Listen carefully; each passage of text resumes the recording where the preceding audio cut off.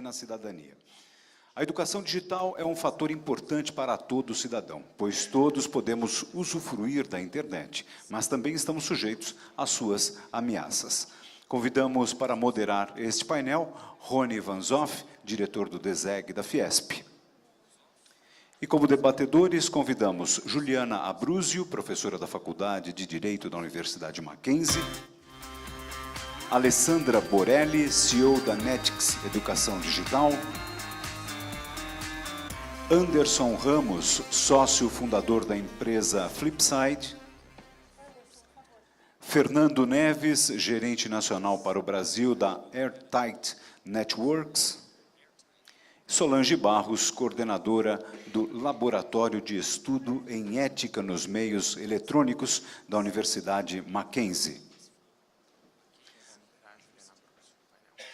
Tivemos uma alteração, então, a moderadora deste painel será a Juliana Abruzio, para quem passamos a coordenação dos trabalhos. Boa tarde a todos. Bom, vamos encerrar o evento, esse grande evento. Parabenizo aqui o Rony, o Luciano e toda a equipe, a instituição, por esse evento. E vamos fechar com chave de ouro, porque vamos falar de um tema super importante, talvez o mais importante de todos, que é a educação, que antecede as leis, né? Som, está com muito eco, está ok?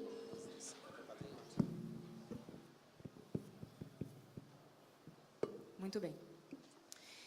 Então, quando a gente fala de educação, né, eu fui buscar uma lei de 61 no Brasil, que é a Lei Brasileira de Diretrizes e Bases da Educação Nacional, de 1961. Essa lei já foi revogada, já tem uma outra lei de diretrizes, de 96, mas vejam que interessante, em 61, o legislador colocou como um dos objetivos da educação o preparo do indivíduo e da sociedade para o domínio dos recursos científicos e tecnológicos que lhes permitam usar as possibilidades e vencer as dificuldades do meio. Passado já cerca de meio século, esse artigo, ainda que revogado, ele se torna muito presente, muito atual, continua muito atual. Porque a gente vive hoje numa sociedade hiperconectada, e eu não estou falando apenas da faixa etária produtiva da sociedade, mas de toda a sociedade em faixas etárias, desde a criança, do adolescente, principalmente. Somos hiperconectados. E acabamos por usar esse instrumento, esse meio, esse recurso, muitas vezes como um instrumento que gera um malefício, gera um dano. Daí o Estado vai cuidar, através do direito, se esse dano se encaixa em alguma lei, se vai ter uma responsabilidade. Mas o que a gente quer abordar aqui nesse painel é anterior a isso, como eu disse. É o que a educação pode fazer por esse ecossistema. Porque se o problema não está no meio, isso significa que está, não vou dizer o problema, mas a sensibilidade. Não está no meio, a sensibilidade está no usuário. Até porque nesse ecossistema, com tantos recursos tecnológicos, o único elemento que é dotado de inteligência, de uma capacidade, de um atributo que talvez seja um dos mais sagrados do ser humano, é o homem. O homem, mulher, né, o ser humano, que tem um atributo da livre escolha. Ele pode escolher, ele pode pensar, ele pode agir segundo um critério de ponderação e escolha. E aí que entra a questão da educação. Porque, sem querer falar uma frase que é um chavão, mas é verdade, então eu vou falar, educação, ou melhor, informação é poder. E a educação ela é um instrumento que leva a informação a um destinatário para que ele possa absorver e utilizar na sua vida. Para que ele possa ter um caminho melhor, mais seguro, e possa exercer a cidadania. Isso também faz parte da educação. E quando a gente fala da questão cibernética, a gente tem que trabalhar com a questão da conscientização e da capacitação. Um binômio aqui difícil. Todo mundo fala, há anos todo mundo fala disso. Mas esse é uma das pedras de toque aqui desse ecossistema. A questão da conscientização e da capacitação. Como tirar isso do papel, tirar das cartilhas, tirar bonitos discursos e realmente levar para a prática, que as pessoas possam se preparar melhor para isso. Né? O que parece que o legislador de 61 já anteviu, alertando para a questão do meio. Então, é isso que esse painel se propõe a debater. Eu estou aqui com pessoas que são também amigos, não só colegas de trabalho. O Anderson Ramos, ele é sócio da Flipside e criador da RoadSec. A Alessandra é CEO da Netix. O Fernando Neves trabalha com tecnologia da informação na Airtight. E a Solange Barros, que é educadora e é coordenadora do Leme, como ela foi apresentada, que eu tenho a honra de fazer parte desse grupo, que justamente discute isso, né, numa situação multidisciplinar, com psiquiatras, com psicólogos, com educadores, com fisioterapeutas, e é isso que a gente vai conversar. E eu já jogo uma pergunta para vocês, e vou passar aqui de plano para o Anderson. Como que a educação, né, entrando nessa parte de conscientização, capacitação, pode contribuir para a segurança cibernética? Sem dúvida. Boa tarde. Queria agradecer o convite, Rony, o convite da Fiesp. Eu estava ansioso, na realidade, por chegar nesse tema, porque ao longo do dia falaram várias vezes que muitos temas que foram discutidos acabaram, no final, levantando a questão de que o grande problema é a falta de conscientização. E há 8 anos atrás, a gente fundou a primeira empresa de conscientização em segurança da informação do continente americano, e desde então a gente acumulou, era uma grande experiência que eu tenho acumulado que eu gostaria de compartilhar. Hoje em dia a gente está tocando o projeto do Comitê Olímpico no que diz respeito à conscientização de segurança da informação, que é possivelmente a maior iniciativa de conscientização em curso hoje no continente. São 150 mil colaboradores diretos e indiretos. Mas eu vou tomar a liberdade de só fazer uma pergunta que me parece que ninguém fez. Eu gostaria de entender qual que é o perfil do público. Quem daqui, eu pediria a gentileza que levantasse a mão, são profissionais especializados da área de segurança da informação? Temos, não me parece ser a maioria, profissionais de TI, da área de tecnologia de alguma forma, temos menos do que segurança. Advogados. Algo me diz que advogado adora evento, não sei porquê, igual jornalista. Advogado e jornalista adoram evento. Pessoal de diretoria, de outras áreas que não sejam nenhuma dessas que eu mencionei, presidência de empresa, temos aí alguns representantes. Bom, eu acho que, tendo em vista que a gente está falando com um público misto, né, tanto de tecnologia como de segurança, a minha experiência é que conscientização, todo mundo fala que conscientização de segurança da informação é uma coisa importante, mas a maturidade das empresas, ainda em relação à questão da conscientização, é muito baixa. Ainda que conscientização de segurança apareça numa série de guias de melhores normas, de melhores práticas e normas, como o caso da família 27000, o que a gente encontra nas empresas, quando encontra, são iniciativas pontuais no que diz respeito à conscientização. As pessoas, dentro das empresas, existe uma dificuldade de perceber que a conscientização é um processo de gestão que necessita ter um caráter permanente para que ele possa começar a trazer resultado. E como grande parte dos profissionais de segurança, eles de certa forma vêm da área de TI, eu tenho alguma experiência de TI, o profissional de TI, em geral, ele está acostumado, por exemplo, a encontrar soluções técnicas para o problema. Então, é um profissional acostumado a prospectar e adquirir e implementar software, por exemplo, né? Quando a gente vai para processo, aí você já vê que a maturidade diminui um pouco. Muitos profissionais de segurança investem em consultoria para desenvolver processo, ou seja, o serviço de segurança, mas já é menos que aquele cacuete de comprar o software para resolver o problema. Quando chega no aspecto humano, então, ele é extremamente negligenciado, até porque se o cara escolheu a área de segurança ou de tecnologia para trabalhar, é justamente porque ele não gostava muito de gente, né? Então, essa dificuldade, às vezes, que o profissional da área técnica tem de ter que gerenciar o processo humano, na minha visão, é um dos principais fatores que levam a essa baixa maturidade do processo de conscientização.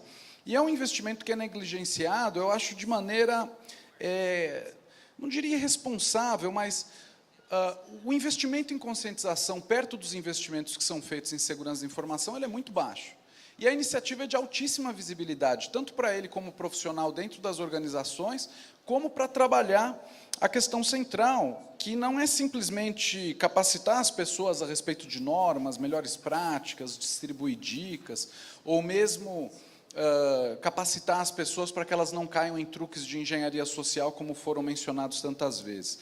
Para mim, o objetivo do processo de conscientização de segurança é fazer com que todas as áreas, do conselho de administração ao chão da fábrica, entendam exatamente, dentro da sua cadeia de geração de valor, aonde que está a informação que é efetivamente valiosa. Então, muito brevemente, antes de passar a palavra para os colegas, eu até colocaria um caso. A gente tem um cliente, por exemplo, que é líder da indústria, ele trabalha na indústria de moda no Brasil, é uma indústria, eu acho que é um caso ilustrativo aqui para essa plateia, e ele, basicamente, é uma indústria líder no segmento, uma empresa centenária aqui no Brasil, exporta para o mundo inteiro, no setor de, vamos chamar de vestuário, para generalizar um pouco, e o business dele, na realidade, ele, ao longo de um século, praticamente, de experiência fabril, ele desenvolveu técnicas de produção industriais que muitas são desenvolvidas pelo departamento de pesquisa deles, ou seja, são técnicas que não são facilmente replicadas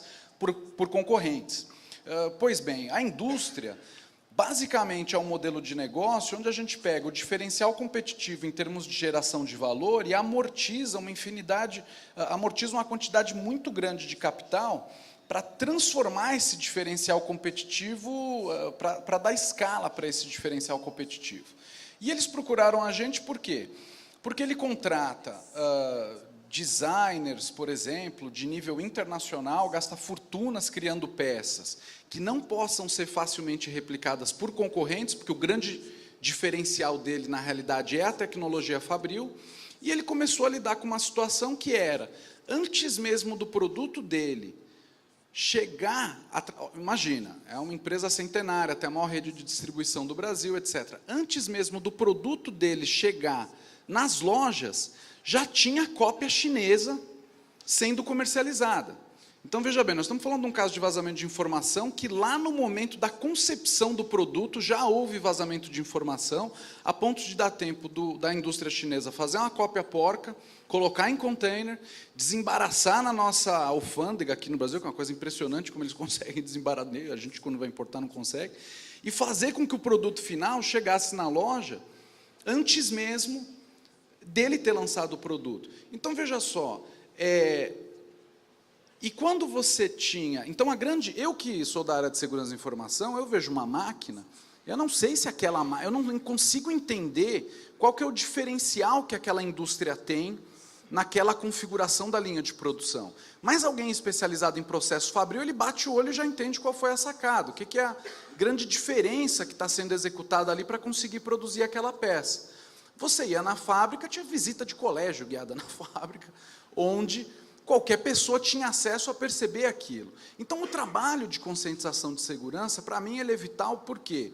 Porque ele faz...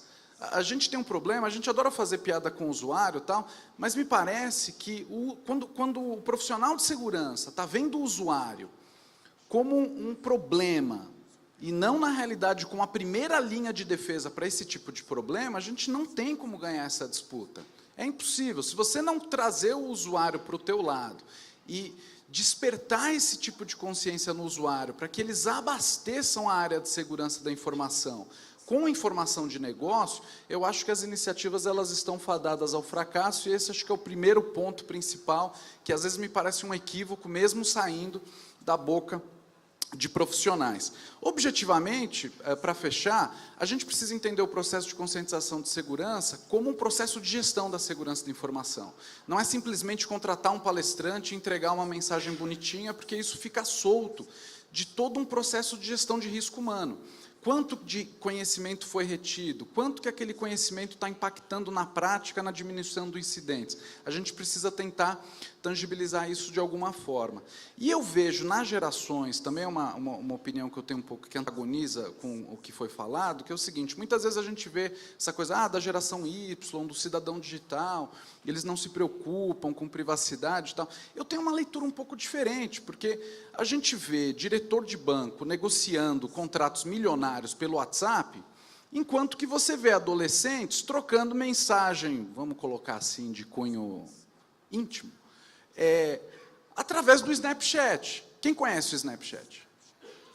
Pouquíssimas pessoas conhecem o Snapchat. Então é difícil você falar, a privacidade.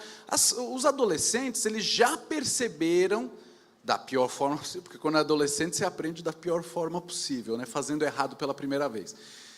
E o Snapchat é uma ferramenta onde você só pode trocar fotografias e elas só podem ser visualizadas com o usuário segurando o dedo na foto, que é para impedir da pessoa tentar dar o print screen, digamos assim, no celular, tentar imprimir a tela. Segurou o dedo por 24 segundos, passou, acabou, a imagem se autoapaga. Então, quem será, na realidade, que é, de certa forma, a pessoa que não está se preocupando com a privacidade? Eu deixo aqui essa questão. É o diretor de banco que está negociando, é a empreiteira, que nem a gente viu aí na Lava Jato, umas coisas escabrosas, é o diretor de empreiteira que está negociando propina via WhatsApp, ou é o adolescente que está tocando aquela foto, né? Desculpa o comentário, mas a menina que está trocando aquela foto do peitinho dela, via alguma coisa que se autodestrói em 24 segundos. Me parece, às vezes, que a gente vê só o efeito, que é um público muito acostumado a lidar com essa visibilidade, a gente só vê os extrovertidos, digamos assim. Mas me parece que é um público que tem um nível de conscientização, às vezes, um pouco superior do que a gente imagina num primeiro momento. Deixo essa colocação, essa provocação, digamos assim, para os próximos colegas que vão falar. Muito bem, obrigada, Anderson. Eu vou passar a palavra para o Fernando, que ele vai complementar esse assunto, falando da vulnerabilidade dos devices mobiles. E como que isso, qual é o risco, né, desses devices, quais são os perigos envolvidos, e também vai abordar uma questão importantíssima nos dias atuais, que foi já pincelada hoje no evento, sobre a questão das redes sociais, como elas têm sido usadas para recrutar jovens para a prática de terrorismo. Isso é um problema presente que acontece principalmente com jovens da Europa. Fernando. Boa tarde a todos. Primeiramente, obrigado à Fiesp e à organização pelo grande evento que nós tivemos a oportunidade de participar no dia de hoje. A parte de mobilidade, realmente as pessoas acabam tendo essa percepção errônea de que estão protegidos ou do anonimato, e com o dispositivo móvel isso fica ainda pior. A maioria das pessoas deixa a parte de Wi-Fi ligada, mesmo quando não precisa. Então, quando se está conectado a um access point, como é o caso aqui durante o evento, é uma coisa. Você sai, anda na rua, e automaticamente o seu dispositivo está vulnerável. E as pessoas não se apercebem desse tipo de precaução. No entanto, é que nem ir ao médico. Ele vai dizer que tem que fazer exercício, que você tem que ter uma dieta regrada, um monte de coisa. Todo mundo sabe o que deveria fazer, o que é bom para si. Conseguir implementar isso no dia a dia é que é o segredo. Então, a Airtight Networks, nós trabalhamos com a parte de segurança de ambientes Wi-Fi, conectividade, mobilidade, e a nossa especialidade é nisso. Nós temos desenvolvido um trabalho com diversas empresas no sentido de conscientização, de integração, de colaboração. Porque, como foi dito aqui hoje, apenas o Departamento de Segurança não vai fazer. Você pode implementar, colocar várias barreiras, vários dispositivos. Também estou chovendo no molhado com a plateia, não subestimem a capacidade do pessoal de achar uma outra forma de fazer aquilo que você achou que não tinha que fazer. Só não combinaram com os russos como é que a coisa ia acontecer. Tá? Então, nessa brecha é que as pessoas que vão se aproveitar, ou que estão com a intenção de explorar ataques, o mais famoso deles é o man in the middle, que é o homem, o intermediário, que acaba interceptando e pegando as informações dos dispositivos móveis. Esse é um risco que todo mundo está sujeito, principalmente com telefones sem fio, com iPads, iPods, esse tipo de coisa. Em contrapartida, cada vez mais, e é um outro tópico, é a parte de como é que as pessoas, como é que as famílias têm se organizado e dado exemplo em casa de como utilizar esses dispositivos. Então, realmente, a conscientização das crianças, o exemplo dos adolescentes é algo muito importante. Existe na adolescência, claramente, como já foi salientado aqui, a sedução pelo proibido. Pornografia, a maioria do pessoal que é um pouco mais velho lembra quando sexo era uma atividade segura e pular de paraquedas era perigoso. Os tempos mudaram, tá? Então, hoje em dia, nós vivemos uma outra realidade e pornografia, ainda que tenha conotação, ainda que existam problemas decorrentes disso, que nós temos visto, e no Brasil esse problema começa a aparecer, a Juliana ressaltou que a Europa é o grande centro, mas no Brasil, e o Estado de São Paulo fez uma divulgação bastante grande esse mês, que várias pessoas, brasileiros, foram cooptados e estão ativamente nas redes sociais tentando engajar adolescentes e jovens que têm a rebeldia natural da idade, para que eles se engajem em questões políticas e questões de terrorismo, não apenas o cyberterrorismo, e um dos aspectos foi ressaltado, principalmente nessa matéria do Estado de São Paulo, foi que nós estaremos vivendo no ano seguinte, em 2016, as Olimpíadas. E que como é que essa cooptação, esse recrutamento, visando os lobos solitários, que são muito mais difíceis de serem identificados e tratados. Então, o risco à segurança não ocorre apenas no nível cibernético, como nós discutimos muito hoje, mas ele acaba tendo um desdobramento no mundo real. As redes sociais têm sido utilizadas para coordenação de eventos, protestos, engajamento, e esse engajamento hoje, esse risco palpável e com o qual saber ou ter noção de como se pautar frente ao uso de drogas, às más companhias ou até mesmo a exploração sexual, o erotismo, é algo que mais ou menos já se vivencia. A avó já falava, a mãe já falava. O terrorismo é algo, principalmente no Brasil, muito novo. Como é que se trata esse assunto? Quais são as diretrizes em termos de educação para as famílias? Nosso objetivo é que as pessoas fiquem atentas, assim como não conhecem o Snapchat, isso não tem problema. Olha, o uso da rede social tem que ser acompanhado junto com crianças, adolescentes, porque é um problema, e é um problema que tem um potencial muito grande. Tá? Então, isso tem ocorrido já na Europa, com algum tempo, nos Estados Unidos, existe já uma certa cultura, e no Brasil é um risco premente. Então, como tratar isso? Não do ponto de vista, nós não temos legislação específica. Existem vários desdobramentos, mas principalmente um alerta. Olha, pessoal, está acontecendo isso em redes sociais e a gente acredita muito em administrar, em educar pelo conhecimento e não pela ignorância. Excelente. Bom, você trabalha com segurança, especificamente de mobilidade, mas você falou uma palavra-chave aqui, falta o acompanhamento do pai, ou seja, não tem nada a ver com a ferramenta hiper, super tecnológica, né? Ele já fez um gancho, que a gente vai entrar agora num assunto que é do ambiente doméstico, que é onde tudo começa. Tudo começa na infância, na formação do ser humano, do indivíduo, e isso começa dentro de casa. Se a gente for lembrar, a família é uma entidade anterior ao próprio Estado. Então, de novo, não adianta a gente falar de lei se a gente não falar de ética e não falar de valores. Infelizmente, hoje, a gente tem vivenciado um fenômeno triste, que é a terceirização da maternidade e da paternidade.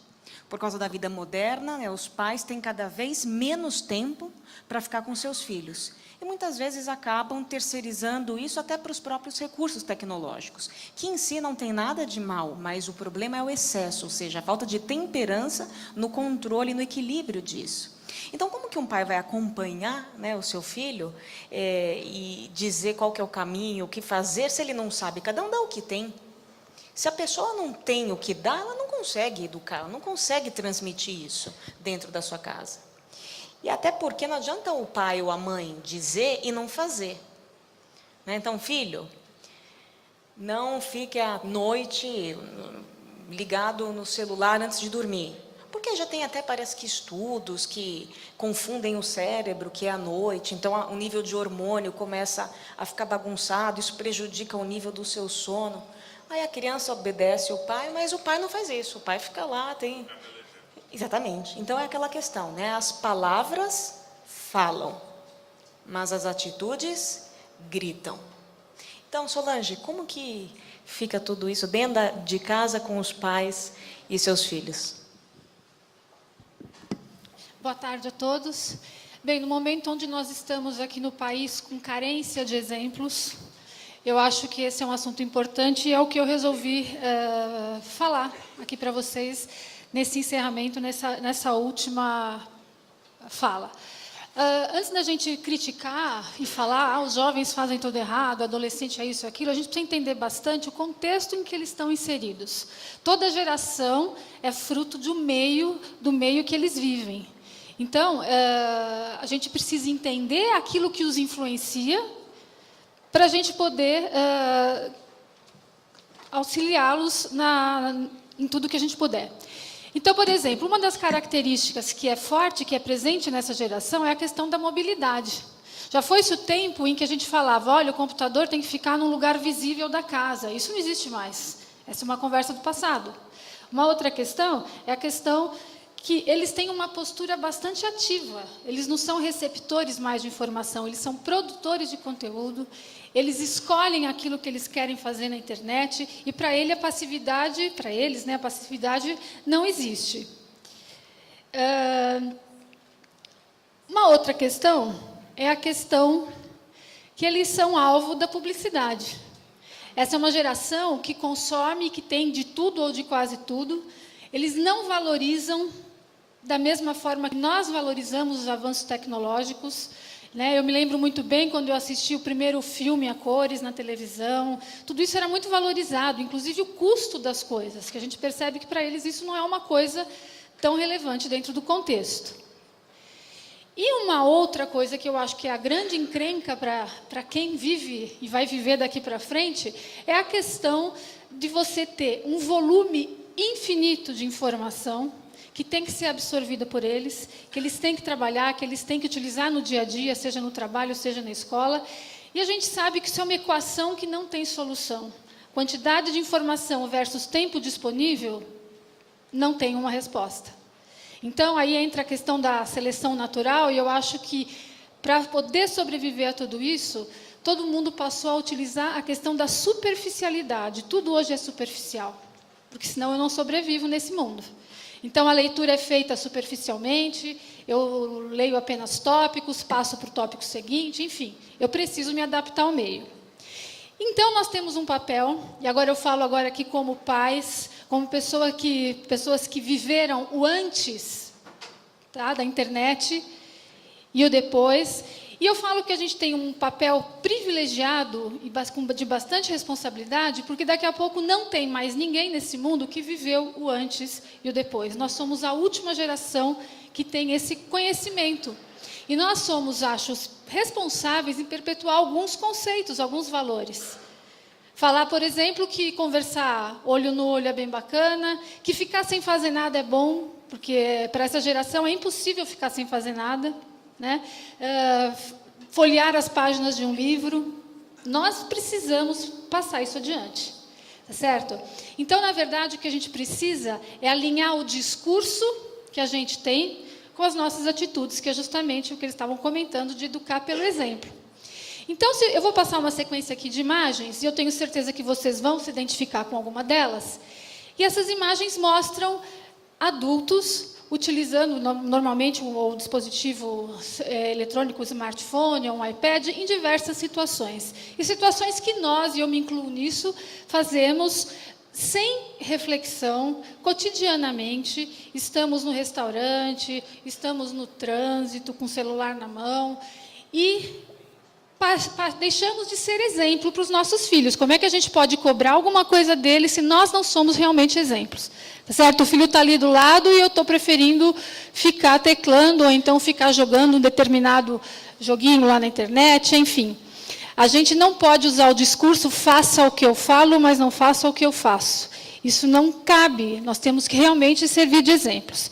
Como se não bastasse isso, temos aí algumas situações, né? O famoso joguinho que consome um tempo bastante significativo aí das pessoas.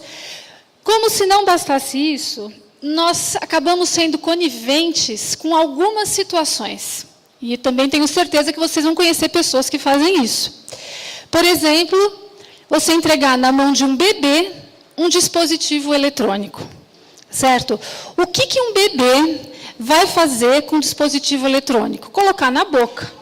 Tá certo? Ele não tem que estar com um dispositivo eletrônico em mãos, ele tem que estar com um brinquedo. Então, como a Juliana falou, a gente está terceirizando essa questão da maternidade, e não só para outras pessoas, mas para os dispositivos, para os equipamentos. A gente coloca na testa o celular para o filho comer. Isso são responsabilidades de pais. Facebook, a gente tem regra, a gente só pode utilizar acima de 13 anos, e nós passamos por cima de tudo isso. Tá certo? E ainda compramos alguns produtos absurdos, como o Piniquinho, que tem suporte para iPad, ou o Bebê Conforto, com suporte para iPad. Então, obviamente, quem produz, tá certo? Tem o papel deles de produzir e de vender, só que nós temos a escolha de comprar ou não esses produtos. Então, aqui é um momento de reflexão. Finalizando, o que os especialistas dizem a respeito de tudo isso?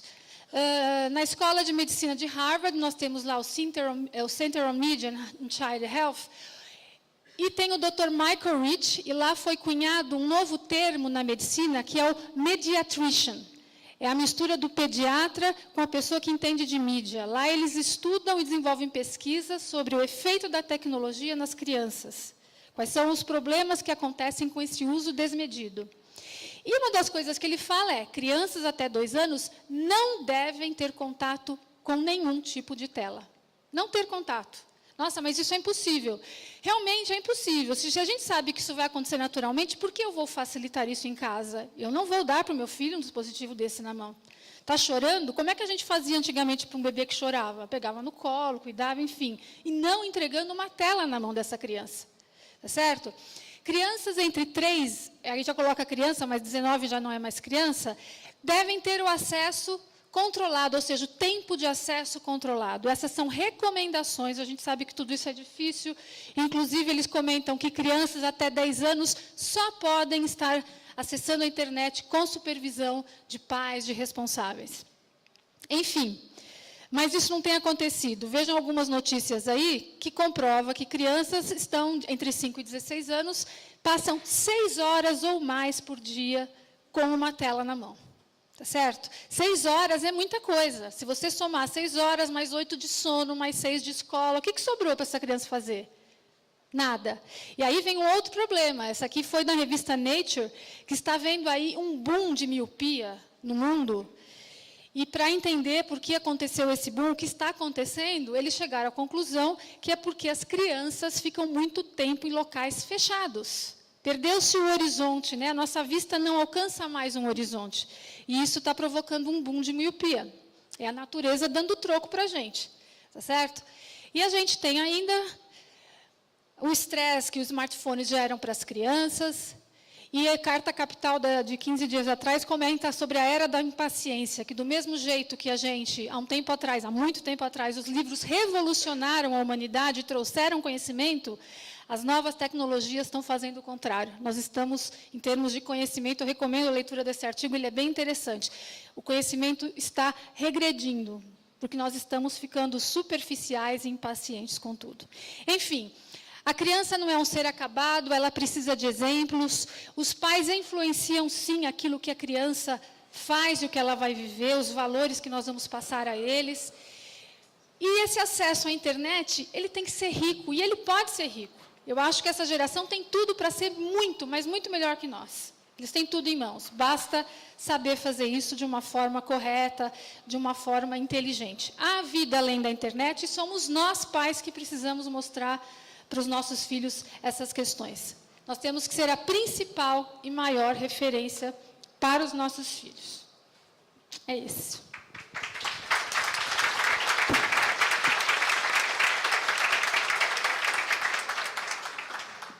Obrigada, Solange. Esse assunto realmente é instigante, né, e nos provoca. Principalmente as pessoas que são pais têm uma responsabilidade muito grande dentro de casa. É difícil, né, a gente dar o exemplo, é difícil a gente seguir o que a gente até sabe que é certo. E realmente hoje a gente vive o dilúvio informacional. E essa é uma dificuldade, você comentou no início da palestra, né? O dilúvio informacional é muito comentado pelo Pierre Levy, que é um sociólogo que estuda e escreve sobre a sociedade da informação. Como você conseguir sobreviver e absorver as informações que você precisa absorver dentro desse dilúvio informacional. É muita coisa. E as pessoas, como você bem disse, nós que somos professoras, né, é difícil você pedir para o aluno hoje ler uma doutrina. Né? Eu dou aula em Direito, e o aluno de Direito ele tem que ler muito. Né? Isso é sabido até porque não estuda Direito.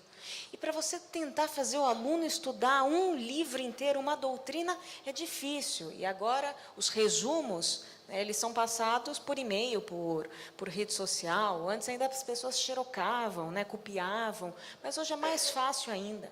E fica realmente naquela questão superficial. Parece que é insuportável hoje a algumas pessoas permanecerem 3, 4 horas sentadas, curvadas, em cima de um papel, de um livro, que não tem interação. Isso é muito perigoso, isso é muito complicado, realmente. Isso afeta um campo que é a educação, a pesquisa científica. Né? A gente não pode regredir enquanto humanidade, porque a gente depende da pesquisa científica para evoluir. E aí, então, já fazendo o gancho com o que a Solange comentou, eu vou passar a palavra para a Alessandra, para ela comentar, para ela dizer o recado que você trouxe hoje, como que a gente pode conciliar tudo isso que falamos aqui nesse painel, em relação à conscientização, em relação aos perigos, em relação aos pais, né? Como conviver, que dicas que você pode trazer, Ale, aqui para os executivos, que também são pais, como que a gente pode, quais conselhos a gente pode seguir para ter uma vida melhor? Bom, boa tarde a todos. Realmente foi muito, muito bom ter percebido que em todos os painéis houve um compartilhamento com relação à preocupação do uso dos dispositivos informáticos pelas crianças. Isso realmente é uma preocupação. E, de fato, a conclusão que nós chegamos que a segurança cibernética, ela começa dentro de casa. Eu começo aqui fazendo uma pergunta para os senhores. A educação digital é um assunto que faz parte do diálogo da sua família? Os seus filhos sabem que a preservação da imagem, da intimidade, da privacidade são direitos garantidos pela Constituição Federal e que, portanto, não podem sair por aí tirando fotos dos seus amigos, dos seus inimigos, dos seus professores e postando nas redes sociais? Será que vocês já conversaram com eles sobre a linha tênue que existe entre liberdade de expressão e violação do direito alheio? Será que eles sabem que essas ofensas praticadas no mundo digital podem gerar muitas vezes consequências irreversíveis? Não foram poucas as vezes que a gente ouviu falar de crianças que tiraram a própria vida por não saber como conter a propagação de uma exposição no meio digital. E sobre a forma de atuação dos cybercriminosos, como os pedófilos vêm se valendo desta porta de entrada para ganhar a aproximação das nossas crianças? Os senhores já conversaram com seus filhos a respeito? Eu trouxe aqui um artigo dizendo que adicionar desconhecidos nas redes sociais aumenta os riscos dos casos de pedofilia. 38% dos adolescentes de 11 a 17 anos costumam adicionar desconhecidos. E tem aqui um relato de uma mãe, de um jovem que foi abordado pela internet, conta que a conversa era inocente no início. Começou conversando sobre jogos online, o que gostava de jogar ou não. A conversa durou 1 mês. O homem enviava fotos e pedia para o menino mandar também. Os pedófilos vão ganhando a confiança da vítima até a conversa ficar explícita. A família já sabe que o rapaz é um professor do menino que se passava por outra pessoa. Ele tinha uma página falsa. A foto era falsa, o nome era falso quando conversava com o nosso filho. não denuncia.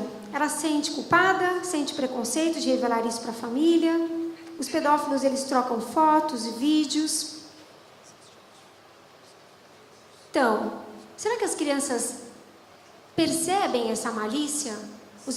Os pedófilos, para se aproximar dos adolescentes, por exemplo, eles se fazem passar por mulheres. E assim eles vão ganhando aproximação. Aí eu aproveito para fazer uma outra pergunta. Os dispositivos que os senhores usam para trabalhar são os mesmos dispositivos que ficam disponíveis em casa para entretenimento da família? Será que o seu tablet, o seu celular, eles são também utilizados pelas crianças em casa? Você deixa lá em cima da mesa, seu filho vai lá, pega. E aí vem uma outra questão que o Rony mencionou no primeiro painel, a respeito dos aplicativos infantis. Sim, eles podem colocar a nossa privacidade em risco. Eles conseguem acessar a nossa agenda, os nossos e-mails e até as nossas conversas de WhatsApp. Eles insistem em saber a localização, aquele Candy Crush, Tom, aquele gatinho que repete o que você fala, os meus filhos gostam e é muito conhecido entre as crianças. Angry Birds,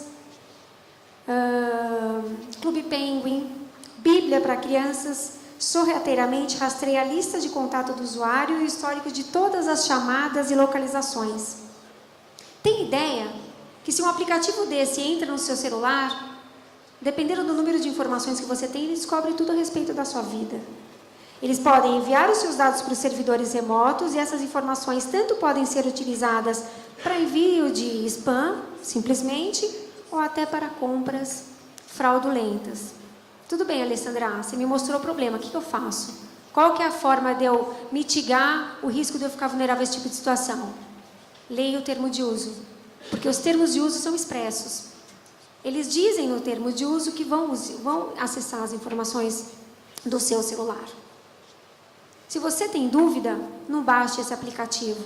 E se o seu celular começar a ficar lento, se o seu celular começar a gastar a bateria mais do que o normal, grandes chances de haver um vírus instalado por esse aplicativo. Uma outra questão também é a senha. A senha que você utiliza para acesso aos seus e-mails pessoais é a mesma que você utiliza para acesso ao seu e-mail corporativo? Imagine que o seu dispositivo é também utilizado pela sua família, pelos seus filhos ou pela sua esposa, e um deslize, de repente o seu filho encaminha sem querer uma mensagem, um e-mail para um fornecedor, para um prestador de serviço, para um cliente. Ou ele entra na sua rede social que você deixou logada no seu dispositivo móvel e compartilha alguma informação que para ele parecia irrelevante, mas que pode comprometer a sua carreira e algum negócio que você esteja fazendo parte. Um outro caso aqui é uma garota dos Estados Unidos que divulgou um acordo no Facebook e o pai perdeu a indenização de $80 mil. O comentário publicado por uma jovem no Facebook fará com que seu pai deixe de embolsar $80 mil ganhos em um processo. Isso porque a Justiça dos Estados Unidos considerou que a postagem na rede social violou um acordo de confidencialidade. Ela simplesmente comentou: mamãe e papai ganhou uma ação contra a empresa tal. Foi o suficiente para a empresa, 4 dias depois do acordo, enviar uma carta para os advogados dos pais, informando que a cláusula de confidencialidade havia sido quebrada e que, portanto, eles não mais receberiam o valor que haviam ganho. De repente, se meus filhos, no ímpeto de brincadeira, escrevem numa rede social: advogado não vale nada. Que tipo de repercussão isso poderia ter para a minha carreira?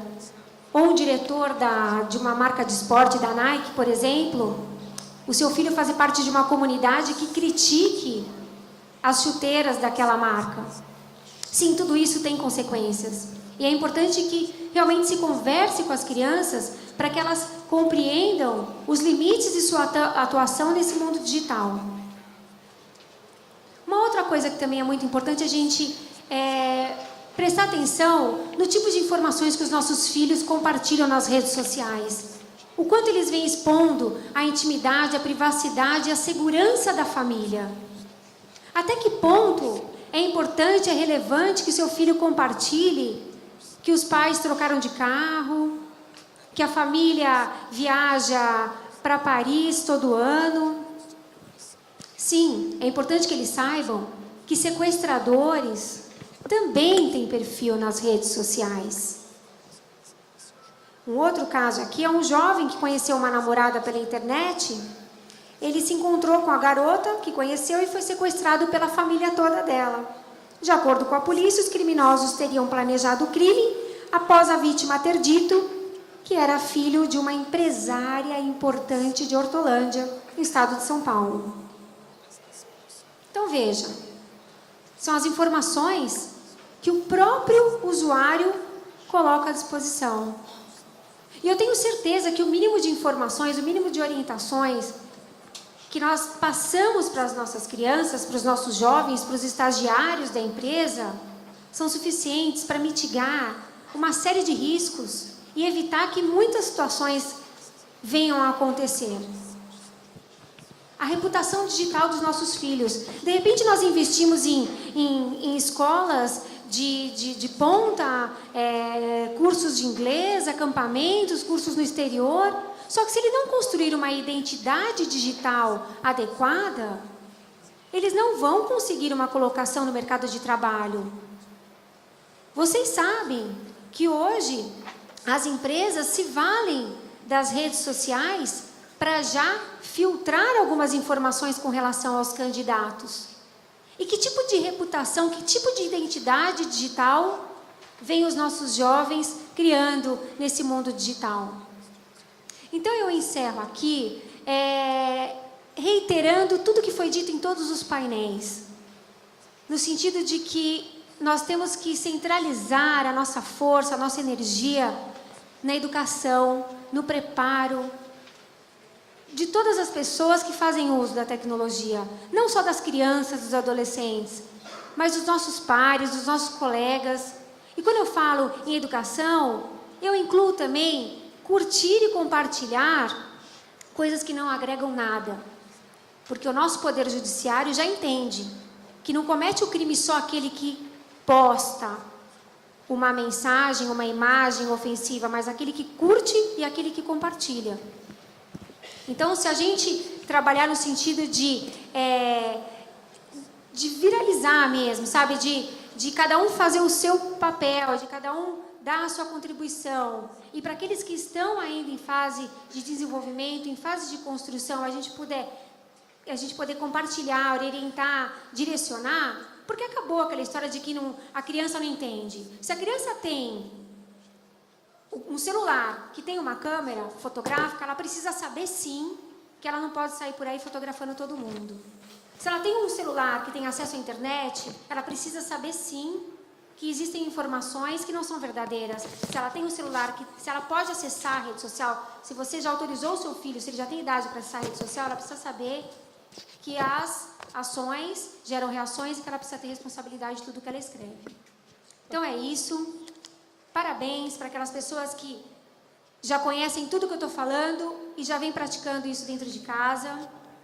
Aquelas que estão surpresas com algumas informações que eu passei, vamos arregaçar as mangas e começar verificando na escola dos nossos filhos se esse assunto já faz parte da rotina, se os professores já trabalham essa questão, porque muito mais do que disponibilizar dispositivos informáticos na escola, colocar tablet na lista de material, é ensinar o uso ético, seguro e responsável das tecnologias, antes de qualquer coisa. Então, vamos arregaçar as mangas e procurar saber como isso vem sendo tratado pelas escolas. E para aqueles que acham que isso nunca vai acontecer com eles, eu recomendo especial atenção. Fiquem de olho. Obrigada. Obrigada, Alê. Eu fiquei muito assustada que você falou que o aplicativo, a Bíblia Infantil, coleta. Aí é mais que um abuso, né? É um sacrilégio. Que horror, essa surpreendeu. Muito bem, a gente está encerrando, vamos passar rapidamente para algumas perguntas, as que derem tempo, porque a gente vai acabar aqui 17h45, a gente tem 10 minutinhos. Eu queria fazer essa pergunta para a Solange. A pergunta veio do Luiz Felipe, que é advogado e trabalha no escritório Patrícia Peck Pinheiro. Como o painel viu o recente incidente de vazamento de informação do Colégio Bandeirantes, qual seria a melhor prática para que o setor administrativo previna incidentes dessa ordem entre discentes e docentes? Esse foi um incidente que foi bastante comentado, né, foi na última semana, se eu não me engano. E eu acho que o Bandeirantes, a gente sabe que é uma das escolas que mais tem um trabalho de educação digital bastante intenso. Então, isso prova que não basta isso. Não basta essa questão da educação digital, não é o suficiente. Eu acho que a escola talvez não tenha escolhido de uma forma correta a forma de armazenar as informações desses relatórios, já que eles têm informações tão particulares e confidenciais. Eu não vejo nenhum problema num professor que remete a um aluno, não de uma forma, que eu acho que foi o que aconteceu, de uma forma pejorativa. Eles apenas identificavam, aquele aluno que é assim, assado. Às vezes acontece de um professor falar dessa forma. Então, eu acho que houve um erro da escola, no meu entender, de colocar informações nesses locais. E como trabalhar isso? Eu acho que a educação é um processo longo, é um processo extenso que envolve diretamente as famílias. Muito bem, obrigada, Solange. Ale, uma outra pergunta que a pessoa não se identificou, mas a questão é a seguinte. Fato, na escola de minha filha houve isso. Gostaria de ressaltar o problema do cutting. O cutting, onde há centenas de comunidades estimulando sua prática, que é a automutilação. Ontem foi noticiada a saída de um integrante de uma banda adolescente. Houve uma manifestação de protesto com o uso desta prática. Há necessidade de uma reeducação sobre a circulação massiva desses e outros atos ilícitos nas escolas. Sem dúvida, excelente pergunta. Inclusive, eu dei uma palestra na semana passada numa escola e 2 meninas que praticam o cutting vieram falar comigo. Mas elas me disseram que praticam o cutting para sobrepor a dor que sofrem com o cyberbullying. Eu fiquei realmente muito chocada, elas me mostraram os lugares que haviam se mutilado, se machucado. Então, assim, existe, sem dúvida, a necessidade do assunto ser abordado pela escola, mas nunca foi tão importante, tão necessário, escola e família caminharem juntos.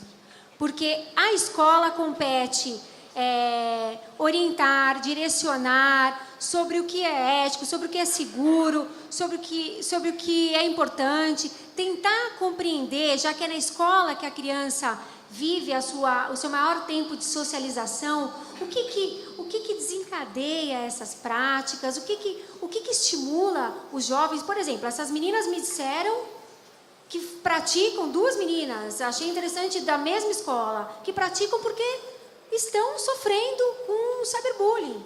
O que será que existe por trás dessas crianças que estão se mutilando? Eu não acho que é simplesmente a prática do cutting. Eu acho que sempre existe alguma coisa por trás. Então, cabe à escola, com a contribuição dos pedagogos, dos coordenadores pedagógicos, a área de psicologia, chamar a aluna para entender o que existe por trás disso e abordar, sim. Sendo uma prática que ganha força maior nas redes sociais, é um assunto que tem que também trazer profissionais especializados nesse tipo de divulgação e de disseminação para tentar conter de alguma forma. Então, acho que é um trabalho em conjunto. Escola, família e profissionais especializados. E tem que dar atenção para o caso. Muito bem. Lembrando que tudo começa na família, né? Mais importante ainda que a escola. A escola é uma continuação. Exato. Lembrando que educação significa conduzir. A origem da palavra vem de conduzir. Para conduzir, você precisa despender tempo, você precisa tomar conhecimento, né? Agregar conhecimento. Próxima pergunta é do coronel da PM, Roberto Oliveira Campos. Eu queria fazer para o Anderson. A geração dos nossos avós utilizava poucas tecnologias, mas a segurança de tudo estava no fio do bigode. Hoje, a geração atua com frequência todas as tecnologias possíveis, mas se faz necessário investir em segurança cibernética para obter um pouco de confiabilidade. O que houve? O ser humano regrediu? Eu queria só pegar, até pegando um gancho no cutting, porque eu acho que tem muito a ver. Eu não acho que a prática de automutilação para chamar a atenção para uma dor que a pessoa está sofrendo é nova em absoluto. Eu, na realidade, acho que o cutting é o uso, por parte da pessoa oprimida, da rede social como dispositivo para hackear o sistema que perpetua o bullying. Porque a verdade é que, por mais que se façam campanhas de conscientização, etc., as escolas no nível institucional, elas falam muito a respeito de bullying, etc., o que produz o bullying é a própria estrutura educacional, de certa forma, porque a gente está cansado de ver notícias a respeito, por exemplo, da postura dos pais em relação aos alunos, né? A gente está vivendo uma infantilização, saiu na semana passada, você dá uma no Mackenzie, noticiou na capa da Folha de São Paulo que os pais estão indo acompanhar aluno universitário, está tendo reunião de pais em faculdade, e a gente está aqui discutindo que a culpa é do aluno, né? Então, assim, eu acho que existe um rompimento de duas gerações. Eu não acho que a prática em si da pessoa se cortar, ou de começar a fumar, ou de começar a usar droga, ou seja, a prática em si da pessoa de tentar chamar a atenção para a aflição que ela está passando, eu não acho que é uma prática nova. Eu acho que, inclusive, bater foto e postar nas redes sociais é uma forma desesperada de quem já tentou, supostamente, todos os canais institucionalizados que existem para chamar a atenção a respeito disso e não está conseguindo. A gente sabe que homofobia não é uma coisa criada na escola, vem da família. A gente sabe que bullying com o pessoal técnico, e aí eu me enquadro porque eu fui um nerd que apanhei bastante na escola, é institucionalizado na escola. Ou seja, o modelo que a gente tem educacional que privilegia o cara bonito, bem-sucedido, que o pai é bonitão, a mãe é gostosa, etc. A gente tem um sistema dentro da escola que cria isso. Então, a gente sabe quem são os vencedores dentro da escola de maneira muito clara. Você quer acabar com o bullying? Você acaba com essa regra que perpetua necessariamente a ideia de que tem que ter vencedores em detrimento de perdedores. Para mim, isso é uma questão muito clara. E sobre até, também pegando de maneira geral, eu gosto de tratar coisas gerais ao invés de coisas específicas, e até também fazendo um contraponto a tudo que foi falado aqui, que eu fiquei meio em minoria, então eu vou responder duas perguntas. Eu sinceramente, eu entendo a preocupação, eu não sou pai, eu acho importante eu falar isso, porque eu acho que, de certa forma, isso compromete bastante a minha opinião, porque eu falo de uma posição de quem não tem absoluta experiência com esse assunto. Mas eu acho que os pais têm uma preocupação legítima de deixar um legado para os filhos. Mas eu não acho que os pais vão conseguir deixar um legado para os filhos se eles tentarem pegar no detalhe e não na questão geral. O que eu acho que é importante você deixar para o teu filho são valores que ultrapassam essa questão tecnológica. Não adianta você não teve um iPad quando você tinha 9 anos. Pô, é legal pra caramba, meu. Não adianta que teu filho não vai largar. É importante moderação, é importante levar questões de saúde, miopia. Pô, sem dúvida nenhuma, acho brilhante esse legado que a gente tenta deixar.